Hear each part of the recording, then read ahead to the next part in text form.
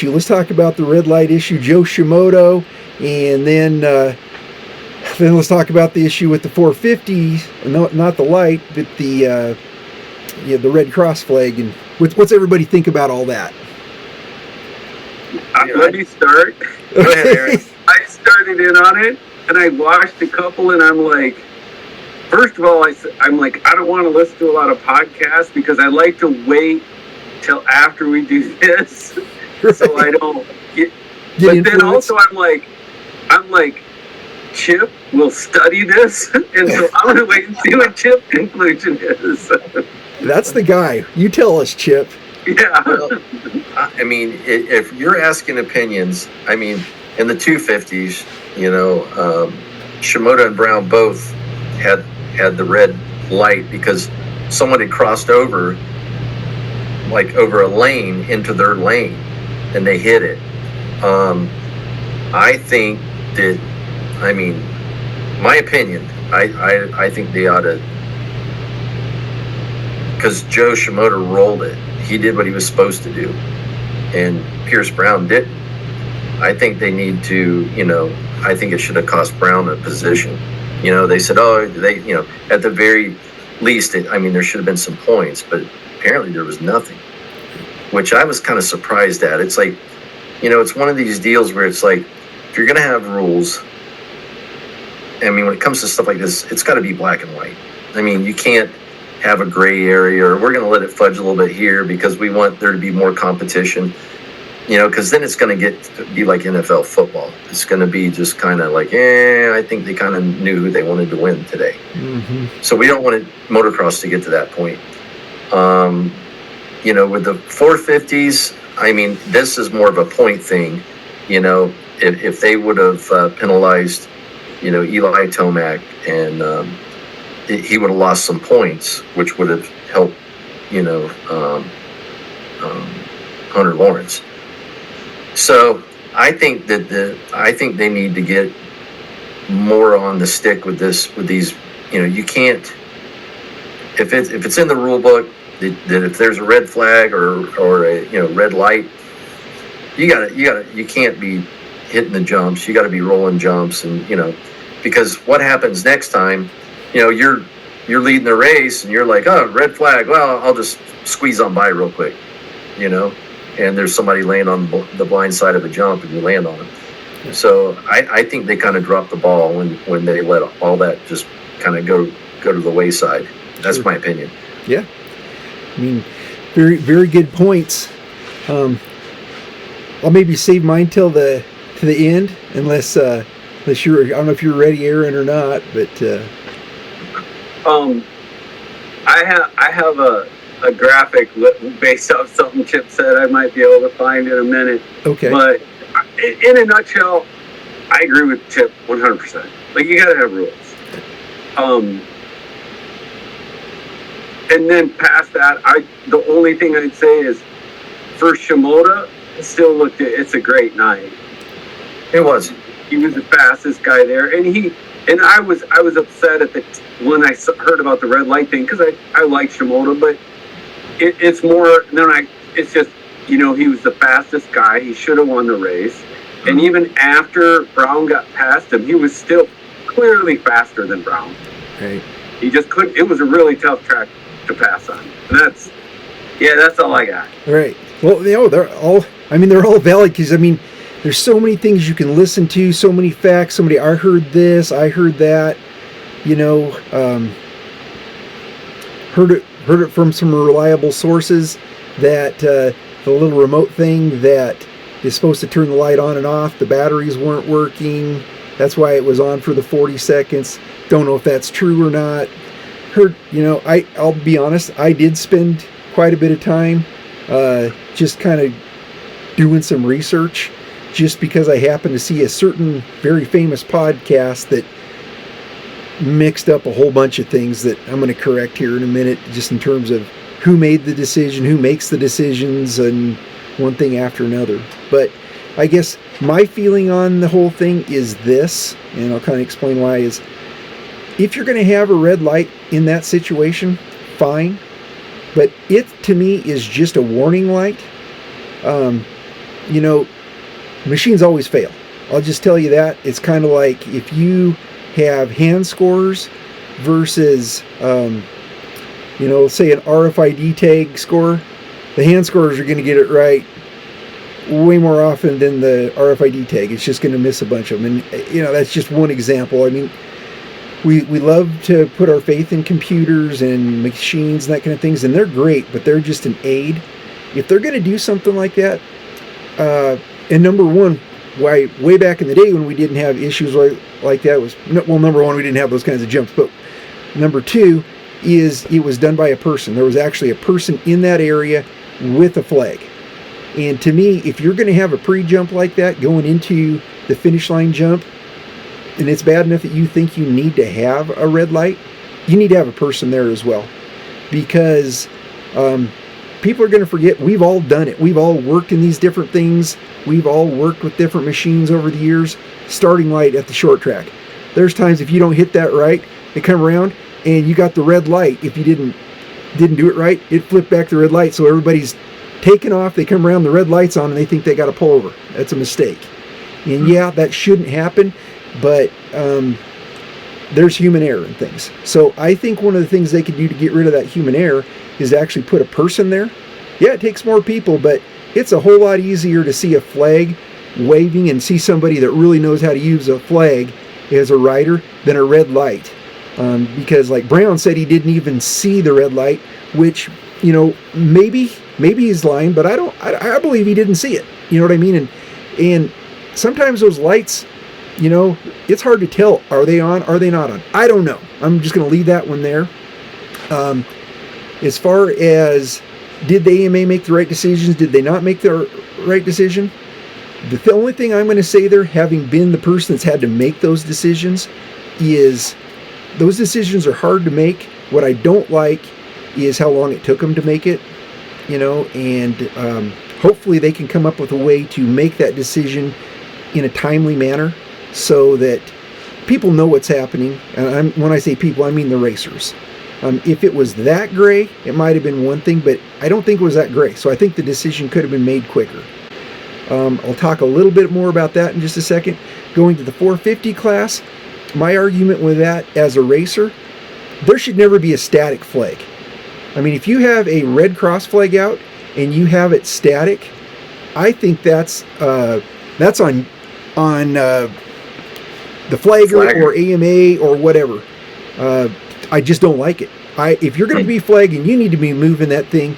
And we sat through the AMA, you know, prep podcast or video thing that we went through, and then we also have these AMA meetings that are what the new rulings, those kinds of things, you know, and we in both of those, you know, there was reference about the flagger moving the flag and not just hanging it there. Mm-hmm. And so everybody knows it, not blaming anybody, but I don't think we can ever, and that may have been why they didn't assess penalties, because the flag was just sitting there static, and can't have a static flag.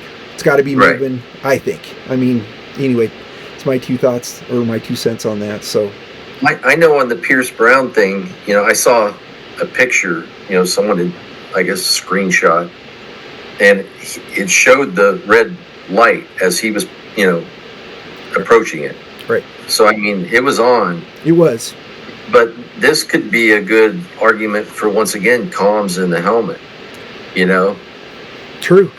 Have an AMA official in their ear saying, you know, false flag, or false red, or whatever it may be, so that they know to keep racing, you know?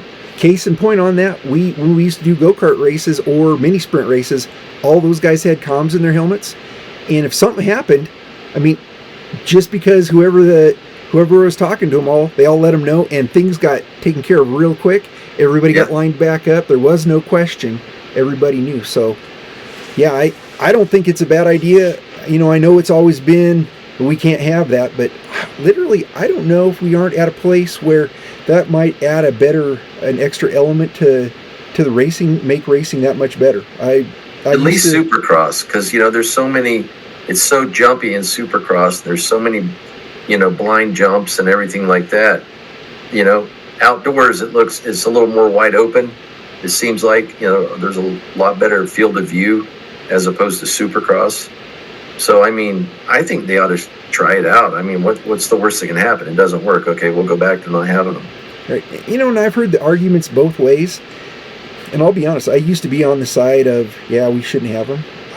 I'm kind of, just having had that system in my helmet for skiing, when you get somebody else that can talk to you and you can, go over things back and forth, like, hey, I don't know if you want to go there. This is looking like it could slide, or whatever you're doing. When you've got that ability to go back and forth, it doesn't mess up your concentration. I get, we don't want to have the spotter, right? So-and-so's here, so-and-so's here. I don't know if they can really do that, I mean, they're going to have to, I just don't think we're going there. I'm thinking more like outdoor. I don't think it's a bad deal. I think it's something we should look at.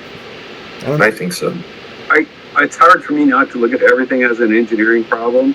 And to me, it's like there's technology out there that could make this better, and we can decide if it's better or not, what the pluses and minuses are with the test and evaluation. Right. But and then if I think about, most of this is safety stuff, and I've spent my whole life under OSHA rule, because I actually started working in factories when I was 14 years old. Right. And the number one thing is, like, whatever the policy is, you have to follow it. Like, you can't evaluate whether something's working or not, if you're not actually following it, or if you need anything else. And my a little bit of struggle with the comms is not that it might be a great idea, but it's like, why are we not discussing Chip's first point, which is that we have rules we're not following. And that's just it. Whether it doesn't matter whether Pierce Brown could see the lights or he could not see the lights. The policy is you take this penalty when the lights are on, whether it's not the evaluation. And the goofy thing is, like, we all want to win, and if I can jump, I mean, he just won a race, right? Because he didn't follow the rule, right? Yeah, there you go. So it'd be like if you're driving your car and you blow through a stop sign, you get pulled over, and you tell the police officer, "I didn't see the stop sign." Oh, okay, go ahead. Yeah. That's exactly what it is. Yeah. Yeah. So perfect. I think we could certainly march safety forward. I mean, it's already happening just because of the equipment. But as far as on the track stuff, could we do better? Absolutely. But we just have to try. Right. And the first step is follow the policies we have, and then consider new policies and new technology. And I'm kind of with, I think, for sure. I think with both of you, it's like comms could not make this worse. Like, and if the potential to make it better, we'll evaluate that, and if it makes it better, then we'll do that. It's just. I'm thinking about where Brady Hanna crashed that time. Yeah. Oh my God. Yep. Had there been comms, yep. I mean, nothing happened. But if you were in a race situation and something like that happened, if there was comms, think about. I mean, it would clear up so many. Listen, whoever it is, they just say, "Hey, write her down at this point." And as a racer, you're going to know this. And if you have comms, you're going to go ahead and set up a map that at whatever the name of the jump is, the number of the jump or the corner, whatever it is, and yep. you're going to just have it figured out, just like a ski run or whatever. The name of it, the feature, whatever. You're already prepared for it when you come around to that point or whatever. Or if it's a red flag situation, it's red flag. We don't have to run the whole thing around. People can stop, come back to the starting gate, whatever, without. And on a big track, that matters. I mean, that's 2 minutes of saving time, which matters over time. So, and I think it's kind of cool to frame this on the Brady's crash. We were talking about it like it was the Brady Hanna incident. I think he broke his collarbone. Like, right. It wasn't the end of the world. Right. But maybe because we all love Brady so much, we reacted. Right. But whatever it was, we engineered a solution. At that time, and granted, there was other things, but that was in the whatever 10 years of our new track, that was the biggest incident we've had. Right. And as a result of that, we built 5 towers, including one there. Right. We developed that whole system of placing flaggers. We created flagging videos. We created flagger training. And it's just like, you use your weaknesses to make yourself better. Right. But you can only do that if you follow your policy and then really test your result, like test your plan. And we've changed that. We keep changing it because we see little problems and we make it better. Right. And I think it's kind of how and I think we're doing great. And I'd love to see the AMA do the same thing. I agree. I mean, I'm maybe wrong about this, but where I believe a lot of this crept in is when we started saying, yeah, we can jump on the yellow. Yeah. Back in the day, and amateurs, again, that is the hard and fast rule. Both meetings, that's the hard and fast rule. You may not jump on a yellow. So if we're teaching that to our amateurs right now, they're going to be coming up. There's no reason that our pros can't do the same thing. And I get all the arguments for why they did that and why they think that they shouldn't. I'm not even going to go there because, again, if it's a rule, it's a rule. So if everybody has to follow that rule and you stick to it, it doesn't change anything. You know, if you're going too fast and all of a sudden the yellow comes out, I know that's the thing is like, well, did the rider have time to react to it when it came out? Those are all things we can deal with in terms of when the flag came out and when, you know, that kind of thing. If you did it right when you're on the jump, well, of course, we can't penalize you. Or if you're coming down to a jump at 50 miles an hour and he throws it up right when you're right there, okay. You can't penalize for that. But it's a simple thing. We can make a line where we know once that comes past that point and you did it, you jumped on a yellow. Yeah. And if that happens, it's gonna make the sport so much safer. And I don't care if it's something that sells or doesn't sell. It's about safety on that one. As a racer, as a parent, as somebody that runs a track, as a fan, it's almost a common sense idea. I don't know. I agree. You remember back in the day, it was at a Supercross race, and I don't know if it was rain or mud or what it was, but I guess it was back in the 90s, I guess, when Jeremy McGrath, I think it was Jeremy McGrath, but there was a track that they showed up to, and Jeremy and a bunch of the racers were like, hey, this is too dangerous. I am not going to compete on this. And they started talking about, like a rider's, like board or council or, a union, so that they would have some say-so into the safety of the track. And I guess it never came to fruition. But, let's face it, this is a really, AMA Supercross is a dangerous sport. And that's what brings all the excitement to, is these guys going to make these jumps and do all this. You're not doing a service to the racers themselves when you're not doing all you can to try to, lessen the severity of, the possibility of, a bad wreck or something like that. So I think on the AMA or Feld or whoever is in charge, they need to take every possible action they can to make it safer for those riders, and I think what you just said is one of them. If we say that you don't jump on a red flag or red light, that means, then that's what it means. You can't say, well, yeah, kind of, somebody, there was a light that was in your eyes, or, there was a bug that was on the guy's goggle, whatever it is, You gotta have rules to keep these guys safe, it's gonna make it more competitive and more exciting to watch as a viewer if some guy doesn't, gap first place doesn't gap second place by, a minute. But, let the chips fall where they may. You can't dictate that, because if so, you're gonna control everything about it. Like I said, it's gonna be like the NFL, to where you feel like you're watching a WWE that's already been scripted. You know who's going to win. Yeah. Yeah, I think there's a bunch of ways to look at this, and one is that we like to say, "Oh, motocross is inherently dangerous." Well, you know what? So is mining, so is manufacturing. Yeah. Somehow we can fix it there.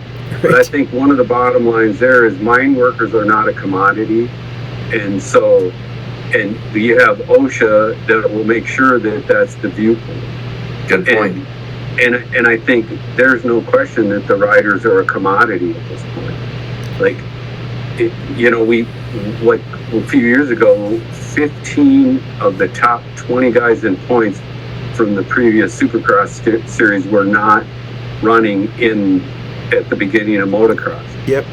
That's like, think that would never happen in any other industry. And granted, this isn't an industry, but it's driven by it's driven by income at the Supercross level, or what's happening there. And sadly, it's affecting all of us, which the 99.999% of us we're victims of what comes out of the Supercross events, just because that shows up on our tracks.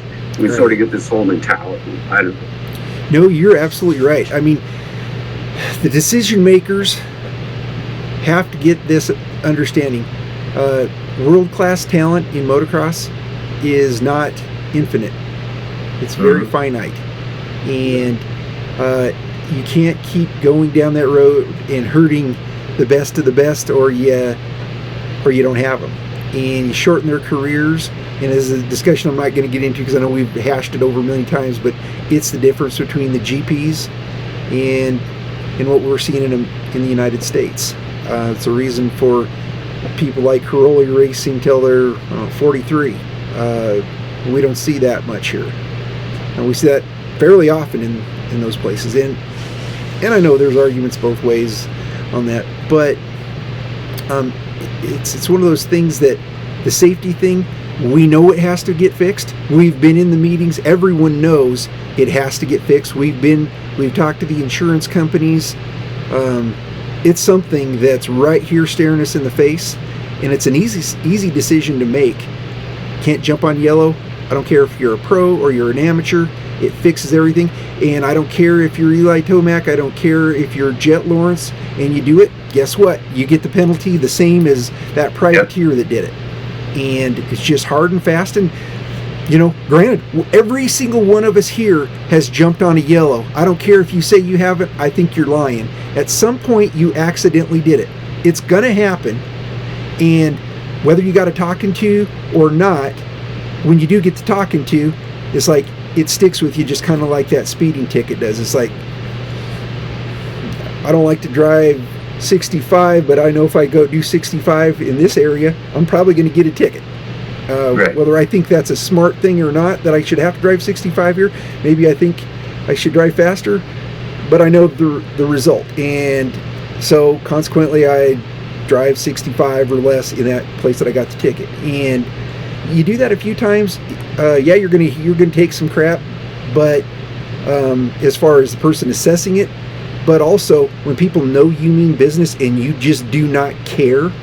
That's kind of one of the things that the gypsies, maybe we're a little too harsh, but we don't care who you are. If you're not going to do it our way, you could be the biggest. I don't care if you're Ricky Carmichael, the greatest of all time.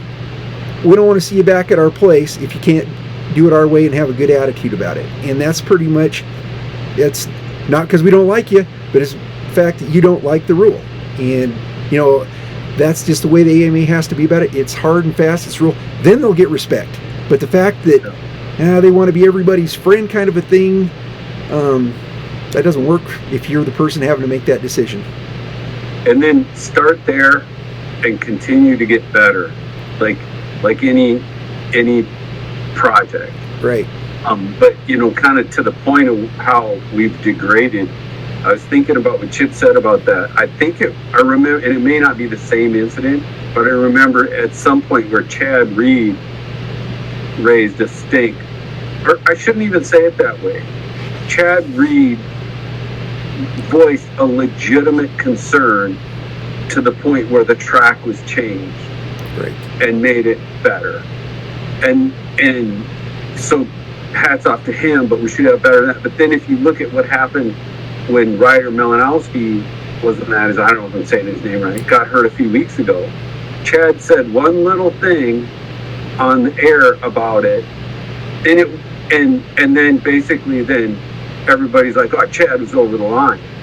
It's like, so anybody's over the line the second they question anything Right. that might have something to do with safety. And like, I've been there. Like, we know what that is.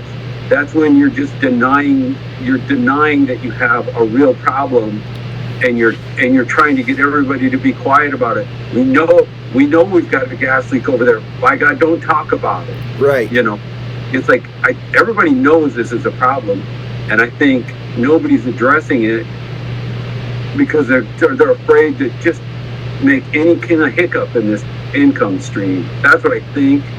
But how do you go forward from there? I don't know.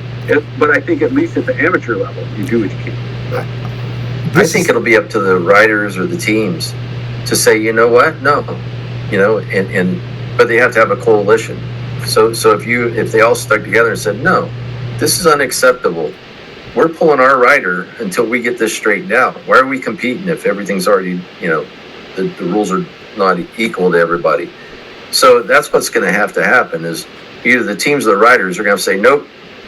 We as a general consensus have decided that we're not going to compete until you straighten this rule out. You know, and with all the millions and millions of dollars that are on the line for all these promoters and the sponsors and everything, they're going to scramble around. Because let's face it, the riders and the teams control this sport. I sort of agree. I sort of don't. I'm not arguing with you, but here's one of the things that crossed my mind a few years ago. When we went into we were in the end of Supercross season, all the top guys were out, and it might have been the season when Eli got his Achilles. They had the record-setting, the highest Supercross attendance ever was in that time at the end of the season, and I think it was what it would have been the New Jersey thing, and basically nobody was there. So I think the message there is actually, teams, we don't need you. Because even if Eli, Webb, Sexton, Jet, everybody's out, and it's Freezy and Savachi, we're still going to sell. The people that are coming to watch, they don't care. I think I agree with you. Like, that seems like the right approach, but then you got to get everybody, like, all the way down. That's what I'm talking about. Everybody. Because if you don't have everybody, then you'll have still people on the gate. But I'm talking about every one of the guys that are on the gate at every weekend. If they stuck together and said, you know what, we're not doing this. This is too dangerous. I think this is the problem, though. Let's say that happened. If the top 20 guys said, we're not going to do it, they just pull up 20 more. And you can't tell them it wouldn't be 20 most amateurs. people aren't going to pay $60 or $80 to go watch Ricky Bobby race. That's the problem, though, is I think that year when they were all out, we proved that they will. Yeah, but was that COVID? Was that COVID that year when everybody... No, it was the 23. Oh, okay. Oh, you're talking about when he blew out his Achilles. Right. So. Oh, okay. And I think, and that's the thing. I bet if you start walking to a GP or even an outdoor, and you go, went up to a fan, can you point out Cooper Webb to me? They could all do it. I think if you go to a Supercross, they'll know the riders. You're absolutely right. The average Supercross fan, they have no idea. I mean, the hardcores do, but you're right. I mean, you go there and you look around, and they came to watch a monster truck show, but this is kind of similar. Yeah, point taken on that. You know, I listen to both your points, and Chip, I understand what you're saying. I love the idea. But my problem with the thing is when we start making those factions, the sport ends up suffering, and we make those factions. I think the more constructive thing is, I'm going to go into some things. I think there are going to be some constructive things coming down. I kept pushing this off, and we'll get to that in a second. But I think the part of getting involved, so it's kind of the thing, we've always seen at the amateur level where somebody gets butt hurt, so they go on Facebook or whatever and they post a bunch of crap, and first thing everybody gets a bad attitude about this track or that track, and first thing the people that are running that track say, screw it, it's not worth it, I'll just ride here myself. And then they get thinking, you know what, I could sell this for a couple $1 million, this real estate's worth it, why don't I just do that, and I'll go buy a farm out somewhere, build my own track out there, and take the rest of the money. And just made an oversimplification. But anytime you start making factions in a sport we all love, that's what you got. And somebody gets hurt somewhere, and somebody's got a grudge somewhere, and it takes generations to get through that stuff. And that's never how a sport should be.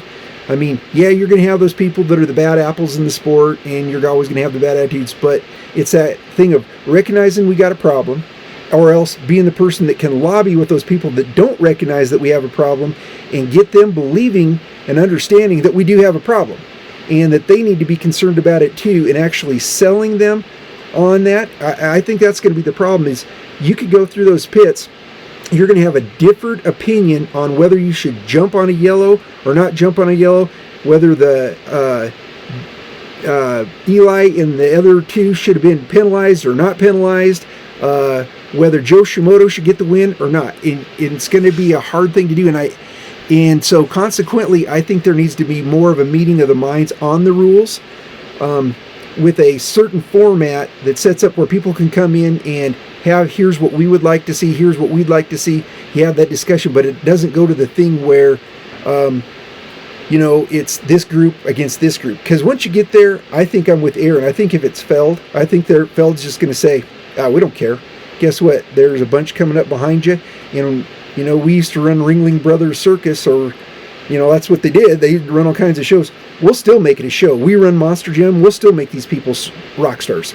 We could take anybody, and as long as they can come and put on a show, we'll make them a rock star.